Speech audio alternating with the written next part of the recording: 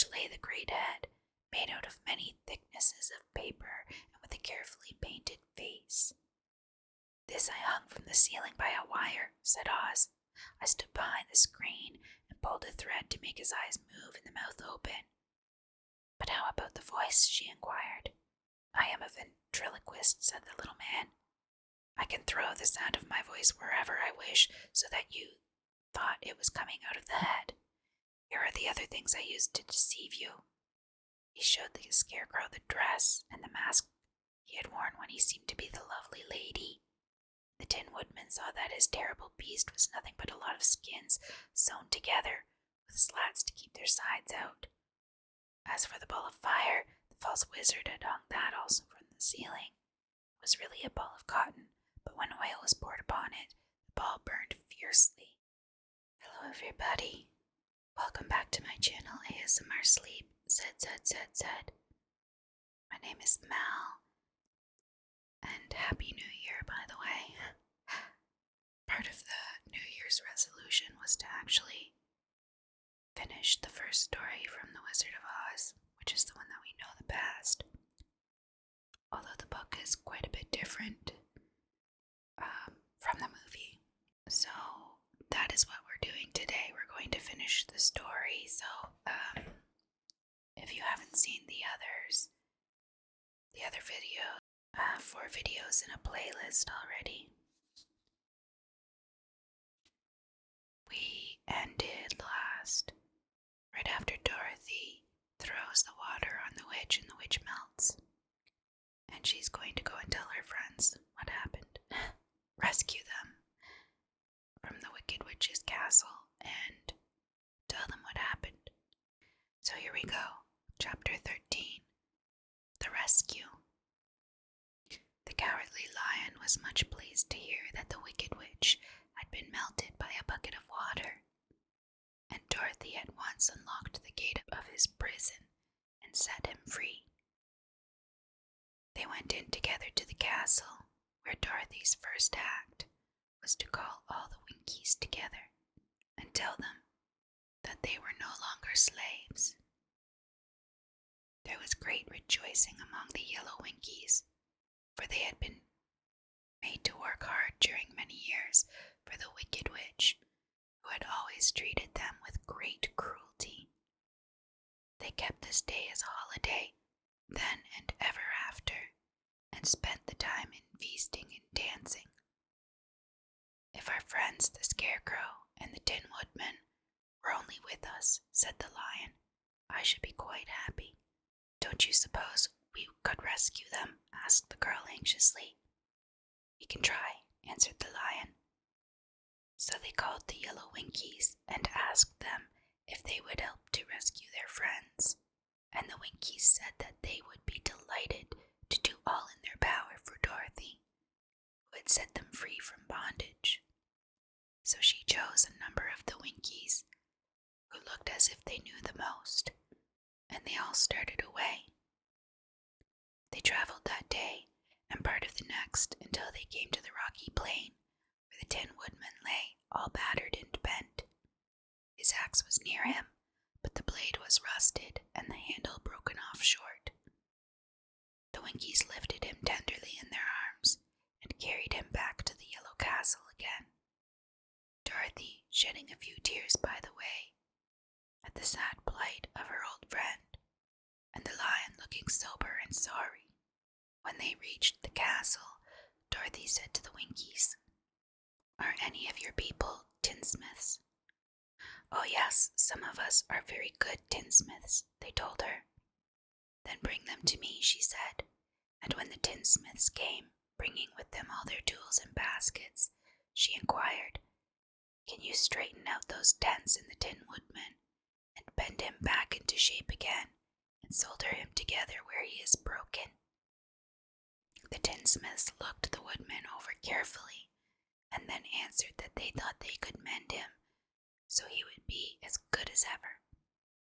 So they set to work in one of the big yellow rooms of the castle and worked for 3 days and 4 nights, hammering and twisting and bending and soldering and polishing and pounding at the legs and body and head of the Tin Woodman until at last he was straightened out into his old form, and his joints worked as well as ever.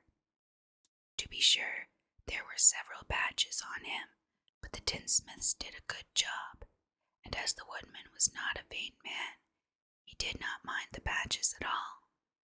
When at last he walked into Dorothy's room and thanked her for rescuing him, he was so pleased that he wept tears of joy, and Dorothy had to wipe every tear carefully from his face with her apron, so his joints would not be rusted.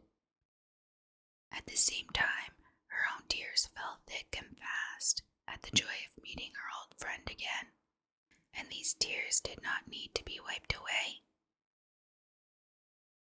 As for the lion, he wiped his eyes so often with the tip of his tail that it became quite wet, and he was obliged to go out into the courtyard and hold it in the sun until it dried. "If we only had the Scarecrow with us again," said the Tin Woodman, when Dorothy had finished telling him everything that had happened, "I should be quite happy." "We must try to find him," said the girl. So she called the Winkies to help her, and they walked all the day and part of the next until they came to the tall tree, in the branches of which the winged monkeys had tossed the Scarecrow's clothes. It was a very tall tree, and the trunk was so smooth that no one could climb it. But the woodman said at once, "I'll chop it down, and then we can get the Scarecrow's clothes." Now while the tinsmiths had been at work mending the woodman himself, another of the Winkies, who was a goldsmith, had made an axe handle of solid gold and fitted it to the woodman's axe, instead of the old broken handle. Others polished the blade until all the rust was removed, and it glistened like burnished silver. As soon as he had spoken, the Tin Woodman began to chop, and in a short time the tree fell over with a crash, whereupon the Scarecrow's clothes fell out of the branches and rolled off on the ground. Dorothy picked them up and had the Winkies carry them back to the castle, where they were stuffed with nice clean straw, and behold, here was the Scarecrow, as good as ever, thanking them over and over again for saving him. Now that they were reunited, Dorothy and her friends spent a few happy days at the Yellow Castle, where they found everything they needed to make them comfortable. But one day the girl thought of Aunt Em and said, "We must go back to Oz and claim his promise." "Yes," said the woodman, "at last I shall get my heart." "And I shall get my brains," added the Scarecrow joyfully. "And I shall get my courage," said the lion thoughtfully. "And I shall get back to Kansas," cried Dorothy, clapping her hands. "Oh, let us start for the Emerald City tomorrow." This they decided to do. The next day they called the Winkies together and bade them goodbye. The Winkies were sorry to have them go, and they had grown so fond of the Tin Woodman that they begged him to stay and rule over them and the Yellow Land of the West. Finding they were determined to go, the Winkies gave Toto and the lion each a golden collar, and to Dorothy they presented a beautiful bracelet studded with diamonds, and to the Scarecrow they gave a gold-headed walking stick to keep him from stumbling, and to the Tin Woodman they offered a silver oil can, inlaid with gold and set with precious jewels. Every one of the travelers made the Winkies a pretty speech in return, and all shook hands with them until their arms ached. Dorothy went to the witch's cupboard to fill her basket with food for the journey, and there she saw the golden cap. She tried it on her own head and found that it fitted her exactly. She did not know anything about the charm of the golden cap, but she saw that it was pretty, so she made up her mind to wear it and carry her sunbonnet in the basket. Then, being prepared for the journey, they all started for the Emerald City, and the Winkies gave them 3 cheers and many good wishes to carry with them. Chapter 14. The Winged Monkeys. You will remember there was no road, not even a pathway, between the castle of the Wicked Witch and the Emerald City. When the before travelers went in search of the witch, she had seen them coming, and so sent the winged monkeys to bring them to her. It was much harder to find their way back through the big fields of buttercups and yellow daisies than it was being carried. They knew, of course, they must go straight east toward the rising sun, and they started off in the right way. But at noon, when the sun was over their heads, they did not know which was east and which was west, and that was the reason they were lost in the great fields. They kept on walking, however, and at night the moon came out and shone brightly. So they lay down among the sweet-smelling yellow flowers and slept soundly until morning, all but the Scarecrow and the Tin Woodman. The next morning the sun was behind a cloud, but they started on as if they were quite sure which way they were going. "If we walk far enough," said Dorothy, "I am sure we shall sometime come to some place." But day by day passed away, and they still saw nothing before them but the scarlet fields. The Scarecrow began to grumble a bit. "We have surely lost our way," he said, "and unless we find it again in time to reach the Emerald City, I shall never get my brains." "Nor I my heart," declared the Tin Woodman. "It seems to me I can scarcely wait till I get to Oz, and you must admit this is a very long journey." "You see," said the Cowardly Lion with a whimper, "I haven't the courage to keep tramping forever without getting anywhere at all." Then Dorothy lost heart. She sat down on the grass and looked at her companions, and they sat down and looked at her, and Toto found that for the first time in his life he was too tired to chase a butterfly that flew past his head.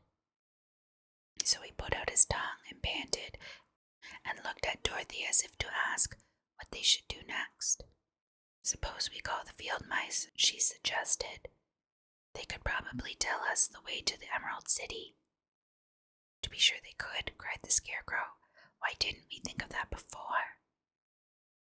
Dorothy blew the little whistle she had always carried about her neck since the Queen of the Mice had given it to her. In a few minutes they heard the pattering of tiny feet, and many of the small gray mice came running up to her. Among them was the Queen herself, who asked, in her squeaky little voice, "What can I do for my friends?" "We have lost our way," said Dorothy. "Can you tell us where the Emerald City is?" "Certainly," answered the Queen, "but it is a great way off, for you have had it at your backs all this time." Then she noticed Dorothy's golden cap and said, "Why don't you use the charm of the cap and call the winged monkeys to you? They will carry you to the city of Oz in less than an hour." "I didn't know there was a charm," answered Dorothy in surprise. "What is it?" "It is written inside the golden cap," replied the Queen of the Mice. "But if you are going to call the winged monkeys, we must run away, for they are full of mischief and think it great fun to plague us." "Won't they hurt me?" asked the girl anxiously. "Oh no, they must obey the wearer of the cap. Goodbye," and she scampered out of sight, with all the mice hurrying after her. Dorothy looked inside the golden cap and saw some words written upon the lining. These, she thought, must be the charm. So she read the directions carefully and put the cap upon her head. "Ape-pe-pe-ka-ke," she said, standing on her left foot. "What did you say?" asked the Scarecrow, who did not know what she was doing. "Hello, hollow, hello," Dorothy went on, standing this time on her right foot. "Hello," replied the Tin Woodman calmly. "Zizzy, zuzzy, zick," said Dorothy, who was now standing on both feet. This ended the saying of the charm, and they heard a great chattering and flapping of wings as the band of winged monkeys flew up to them. The king bowed low before Dorothy and asked, "What is your command?" "We wish to go to the Emerald City," said the child, "and we have lost our way." "We will carry you," replied the king.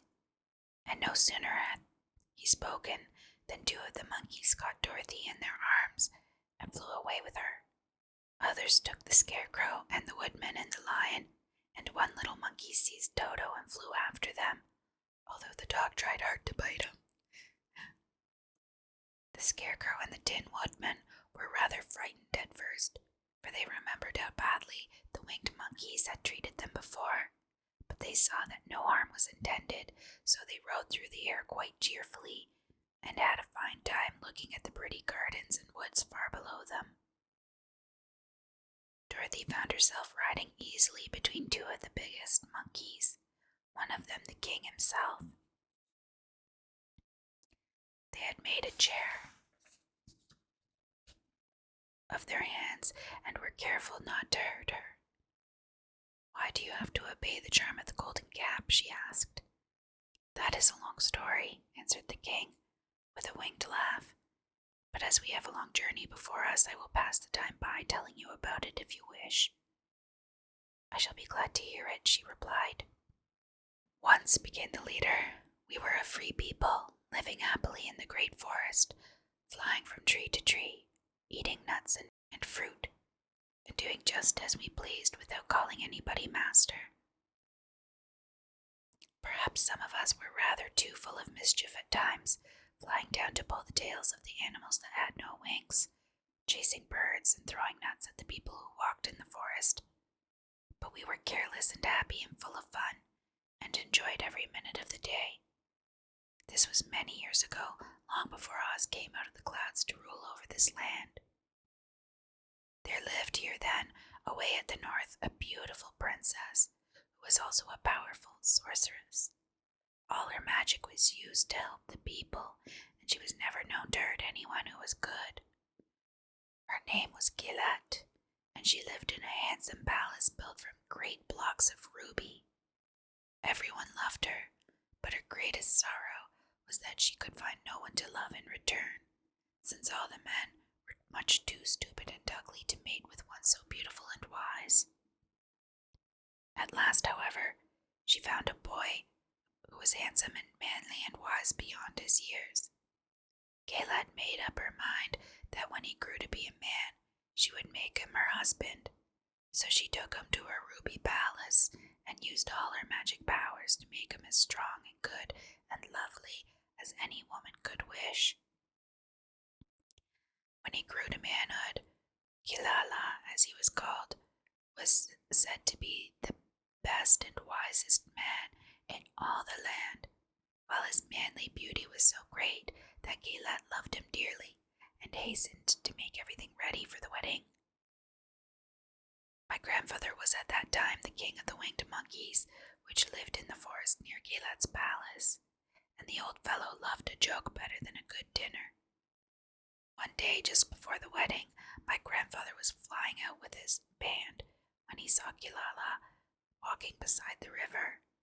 He was dressed in a rich costume of pink silk and purple velvet, and my grandfather thought he would see what he could do. At his word, the band flew down and seized Gilala, carried him in their arms until they were over the middle of the river, and then dropped him into the water. "Swim out, my fine fellow," cried my grandfather, "and see if the water has spotted your clothes." Gilala was much too wise not to swim, and he was not in the least spoiled by all his good fortune. He laughed when he came to the top of the water and swam into shore. But when Gaylat came running out to him, she found his silks and velvet all ruined by the river. The princess was angry, and she knew, of course, who did it. She had all the winged monkeys brought before her, and she said at first that their wings should be tied and they should be treated as they had treated Kalala and dropped in the river. But my grandfather pleaded hard, for he knew the monkeys would drown in the river with their wings tied, and Kalala said a kind word for them also, so that Gaylet finally spared them, on condition that the winged monkeys should ever after do 3 times the bidding of the owner of the golden cap. This cap had been made for a wedding present to Kalala, and it is said to have cost the princess half her kingdom. Of course, my grandfather and all the other monkeys at once agreed to the condition, and that is how it happens that we are 3 times the slaves of the owner of the golden cap, whosoever he may be. And what became of them? Asked Dorothy, who had been greatly interested in the story. Kilala, being the first owner of the golden cap, replied the monkey. He was the first to lay his wishes upon us, as his bride could not bear the sight of us. He called us all to him in the forest, after he had married her, and ordered us always to keep where she could never again set eyes on a winged monkey, which we were glad to do, for we were all afraid of her. This was all we ever had to do, until the golden cap fell into the hands of the Wicked Witch of the West, who made us enslave the Winkies, and afterward drive Oz himself out of the land of the West. Now the golden cap is yours, and 3 times you have the right to lay your wishes upon us. As the Monkey King finished his story, Dorothy looked down, and she saw the green shining walls of the Emerald City before them. She wondered at the rapid flight of the monkeys, but was glad the journey was over. The strange creatures set the travelers down carefully before the gate of the city. The king bowed low to Dorothy and then flew swiftly away, followed by all his band. That was a good ride, said the little girl. Yes, and a quick way out of our troubles, replied the lion. How lucky it was you brought away that wonderful cap. Chapter 15. The Discovery of Oz the Terrible. The 4 travelers walked up to the great gate of Emerald City and rang the bell. After ringing several times, it was opened by the same guardian of the gates they had met before. What, are you back again? He asked in surprise. Do you not see us? Answered the Scarecrow. But I thought you had gone to visit the Wicked Witch of the West. We did visit her, said the Scarecrow. And she let you go again? Asked the man in wonder. She could not help it, for she is melted, explained the Scarecrow. Melted? Well, that is good news indeed, said the man. Who melted her?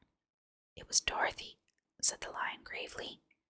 Good gracious, exclaimed the man, and he bowed very low indeed before her. Then he led them into his little room and locked the spectacles from the great box on all their eyes, just as he had done before. Afterward they passed on through the gate into the Emerald City.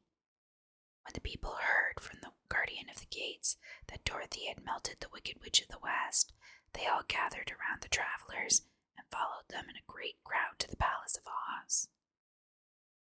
The soldier with the green whiskers was still on guard before the door, but he let them in at once, and they were again met by the beautiful green girl, who showed each of them to their old rooms at once, so they might rest until the great Oz was ready to receive them. The soldier had the news carried straight to Oz that Dorothy and the other travelers had come back again after destroying the Wicked Witch, but Oz made no reply. They thought the great wizard would send for them at once, but he did not. They had no word from him the next day, nor the next, nor the next. The waiting was tiresome and wearing, and at last they grew vexed that Oz should treat them in so poor a fashion, after sending them to undergo hardships and slavery. So the Scarecrow at last asked the green girl to take another message to Oz, saying if he did not let them in to see him at once, they would call the winged monkeys to help them and find out whether he kept his promises or not. When the wizard was given this message, he was so frightened that he sent word for them to come to the throne room at 4 minutes after 9 o'clock the next morning. He had once met the winged monkeys in the land of the West, and he did not wish to meet them again. The 4 travelers passed a sleepless night, each thinking of the gift Oz had promised to bestow on him.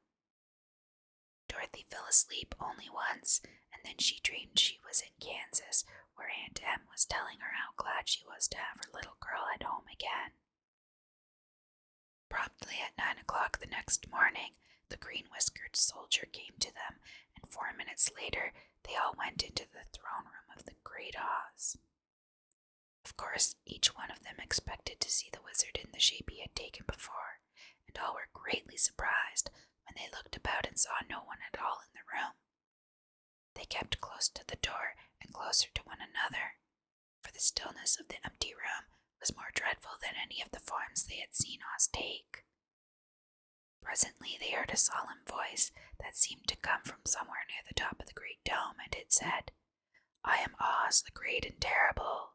Why do you seek me?" They looked again in every part of the room, and then seeing no one, Dorothy asked, "Where are you?" "I am everywhere," answered the voice, "but to the eyes of common mortals I am invisible. I will now seat myself upon my throne, that you may converse with me."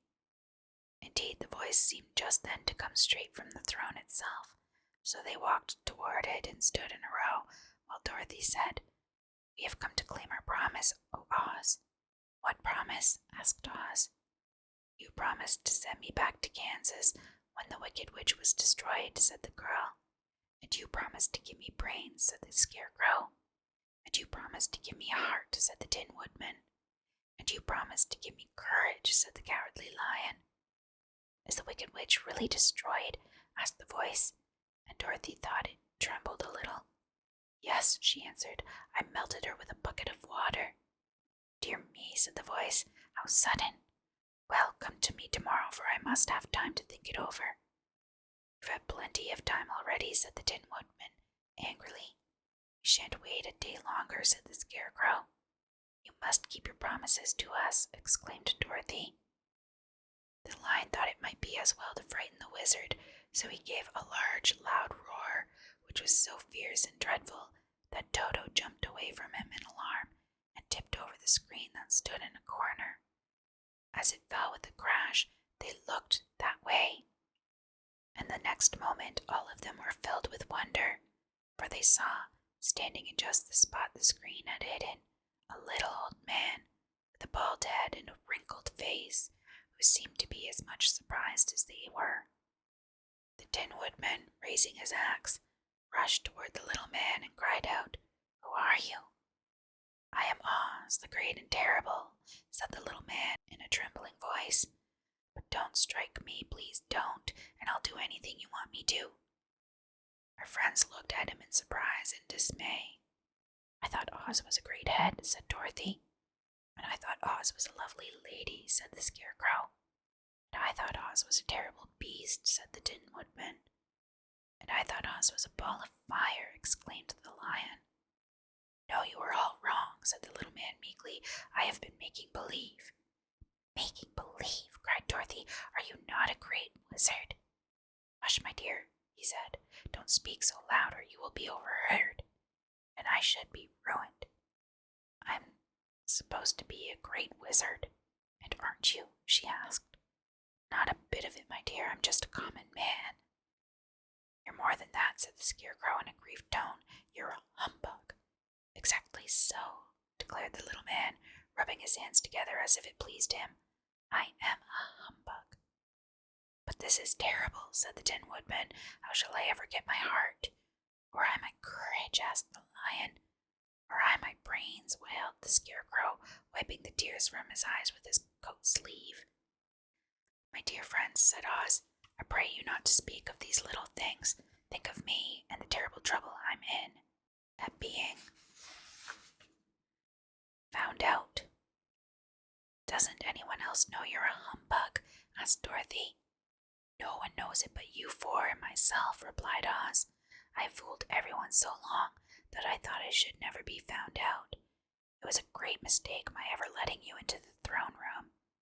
Usually I will not see even my subjects, and so they believe I am something terrible." "But I don't understand," said Dorothy in bewilderment. "How was it that you appeared to me as a great head?" "That was one of my tricks," answered Oz. "Step this way, please, and I will tell you all about it." He led the way to a small chamber in the rear of the throne room, and they all followed him. He pointed to one corner, in which lay the great head, made out of many thicknesses of paper and with a carefully painted face. "This I hung from the ceiling by a wire," said Oz. "I stood behind the screen and pulled a thread to make his eyes move and the mouth open." "But how about the voice?" she inquired. "I am a ventriloquist," said the little man. "I can throw the sound of my voice wherever I wish, so that you thought it was coming out of the head. Here are the other things I used to deceive you. He showed the Scarecrow the dress and the mask he had worn when he seemed to be the lovely lady. The Tin Woodman saw that his terrible beast was nothing but a lot of skins sewn together, with slats to keep their sides out. As for the ball of fire, the false wizard had hung that also from the ceiling. It was really a ball of cotton, but when oil was poured upon it, the ball burned fiercely. Really, said the Scarecrow, you ought to be ashamed of yourself for being such a humbug. I certainly am, answered the little man sorrowfully, but it was the only thing I could do. Sit down, please. There are plenty of chairs, and I will tell you my story. So they sat down and listened while he told the following tale. I was born in Omaha. Why, that isn't very far from Kansas, cried Dorothy. No, but it's farther from here, he said, shaking his head at her sadly. When I grew up, I became a ventriloquist, and at that I was very well trained by a great master. I can imitate any kind of a bird or a beast. Here he mewed so like a kitten that Toto pricked up his ears and looked everywhere to see where she was. After a time, continued Oz, I tired of that and became a balloonist. What is that? Asked Dorothy. A man who goes up in a balloon on circus day so as to draw a crowd of people together and get them to pay to see the circus, he explained. Oh, she said, I know. Well, one day I went up in a balloon and the ropes got twisted so that I couldn't come down again. It went way up above the clouds, so far that a current of air struck it and carried it many, many miles away. For a day and a night I traveled through the air, and on the morning of the second day I awoke and found the balloon floating over a strange and beautiful country. It came down gradually, and I was not hurt a bit, but I found myself in the midst of a strange people who, seeing me come from the clouds, thought I was a great wizard. Of course, I let them think so because they were afraid of me and promised to do anything I wished them to. Just to amuse myself and keep the good people busy, I ordered them to build this city and my palace, and they did it all willingly and well. Then I thought, as the country was so green and beautiful, I would call it the Emerald City, and to make the name fit better, I put green spectacles on all the people so that everything they saw was green. But isn't everything here green? Asked Dorothy. No more than in any other city, replied Oz. But when you wear green spectacles, why, of course, everything you see looks green to you. The Emerald City was built a great many years ago, for I was a young man when the balloon brought me here, and I am a very old man now. But my people have worn green glasses on their eyes so long that most of them think it really is an Emerald City, and it certainly is a beautiful place, abounding in jewels and precious metals, and every good thing that is needed to make one happy. I have been good to the people, and they like me, but ever since this palace was built, I have shut myself up and would not see any of them. One of my greatest fears was the witches, for while I had no magical powers at all, I soon found out that the witches were really able to do wonderful things. There were 4 of them in this country, and they ruled the people who lived in the north and south and east and west. Fortunately, the witches of the north and south were good, and I knew they would do me no harm. But the witches of the east and west were terribly wicked, and had they not thought I was more powerful than they themselves, they would surely have destroyed me. As it was, I lived in deadly fear of them for many years, so you can imagine how pleased I was when I heard your house had fallen on the Wicked Witch of the East. When you came to me, I was willing to promise anything if you would only do away with the other witch. But now that you have melted her, I am ashamed to say that I cannot keep my promises. I think you are a very bad man, said Dorothy. Oh no, my dear, I'm really a very good man, but I'm a very bad wizard, I must admit. Can't you give me brains? Asked the Scarecrow. You don't need them. You are learning something every day. A baby has brains, but it doesn't know much. Experience is the only thing that brings knowledge, and the longer you are on Earth, the more experience you are sure to get. That may all be true, said the Scarecrow, but I shall be very unhappy unless you give me brains. The false wizard looked at him carefully. Well, he said with a sigh, I'm not much of a magician, as I said. But if you will come to me tomorrow morning, I will stuff your head with brains. I cannot tell you how to use them, however. You must find that out for yourself. Oh, thank you, cried the Scarecrow. I'll find a way to use them, never fear. But how about my courage? Asked the Lion anxiously. You have plenty of courage, I am sure, answered Oz. All you need is confidence in yourself. There is no living thing that is not afraid when it faces danger. The true courage is in facing danger when you are afraid, and that kind of courage you have in plenty. Perhaps I have, but I'm scared just the same, said the Lion. I shall really be very unhappy unless you give me the sort of courage that makes one forget he is afraid. Very well, I will give you that sort of courage tomorrow, replied Oz. How about my heart? Asked the Tin Woodman. Why, as for that, answered Oz, I think you are wrong to want a heart. It makes most people unhappy. If you only knew it, you are in luck not to have a heart. That must be a matter of opinion, said the Tin Woodman. For my part, I will bear all the unhappiness without a murmur, if you will give me the heart. Very well, answered Oz meekly. Come to me tomorrow, and you shall have a heart. I have played wizard for so many years that I may as well continue the part a little longer. And now, said Dorothy, how am I to get back to Kansas? We shall have to think about that, replied the little man. Give me 2 or 3 days to consider the matter, and I'll try to find a way to carry you over the desert. In the meantime, you shall all be treated as my guests, and while you live in the palace, my people will wait upon you and obey your slightest wish. There is only one thing I ask in return for my help, such as it is. You must keep my secret and tell no one I am a humbug. They agreed to say nothing of what they had learned and went back to their rooms in high spirits. Even Dorothy had hoped that the great and terrible humbug, as she called him, would find a way to send her back to Kansas, and if he did, she was willing to forgive him everything. Well, my friends, I am going to end this video there, and we will come back again for the rest of the story. If you haven't yet, don't forget to like and subscribe to my channel. Leave a comment on how you're enjoying the story so far, and I will see you again next time.